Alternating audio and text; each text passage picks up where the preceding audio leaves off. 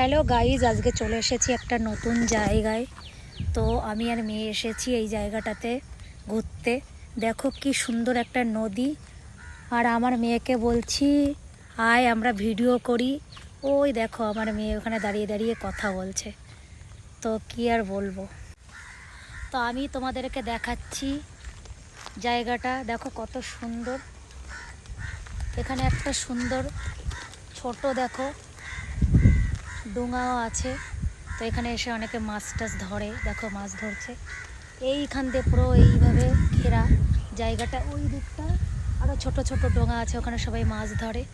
তো এই জায়গাটা হচ্ছে আঙ্গামালির থেকে একটু দূরে, ঠিক আছে? হয়তো অনেকেই চিনতে পারো।